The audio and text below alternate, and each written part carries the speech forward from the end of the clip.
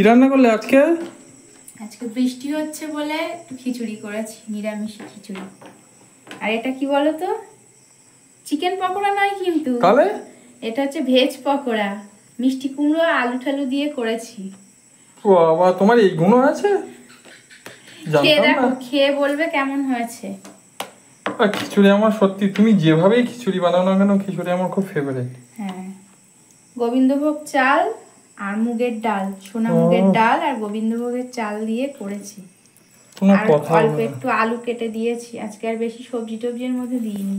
না না, প্রতিদিন একঘেয়েমি ভাল লাগে না, একটু অন্যরকম ভাবে, একটু হালকা পাতলা মাঝে মাঝে খেতে। দিলে যেমন একটা সুন্দর খিচুড়ির গন্ধ বেরোয়, ঠিক সেই রকম কিন্তু গন্ধটা বেরোচ্ছে ভেজ পকোড়া। বন্ধুরা দেখুন কত কিছু বানিয়েছে। আমি তো এই খেয়েই পুরো খিচুড়ি আমি খেয়ে নেবো। তোমার তোমার না আবার নতুন করে ভাত বসাতে হয়? তুমি খেয়ে কমপ্লিট করো, তারপরে দরকার হলে খেতে বসবো। আরে সর্বনাশ। ঠিক আছে, একদম পারফেক্ট। লবণ পারফেক্ট। সব কিছু পারফেক্ট, বেশি কথা বলাও যাবে না, এত দুর্ধর্ষ হয়েছে। আচ্ছা, পকোড়াটা খেয়ে বলো কেমন হয়েছে, লবণ ঠিক আছে কিনা দেখো। দারুণ, সব সুন্দর, ঠিক আছে, একদম পারফেক্ট। ঝাল লাগছে না তো? কিচ্ছু লাগছে না, একদম ঠিকঠাক পকোড়া। ঠিক আছে।